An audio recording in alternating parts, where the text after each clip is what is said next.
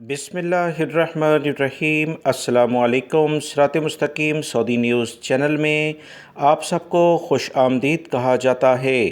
آج 16 اکتوبر 2021 سے سعودی وزارت صحت کی جانب سے وبائی مرض کرونا سے متعلقہ اہم ترین اطلاعات شیئر کر دی گئی ہیں، جس میں بتایا گیا ہے کہ پچھلے 24 گھنٹوں کے دوران سعودی عرب میں 45 افراد کرونا کا شکار ہو چکے ہیں، 41 افراد الحمدللہ صحت یاب بھی ہوئے ہیں۔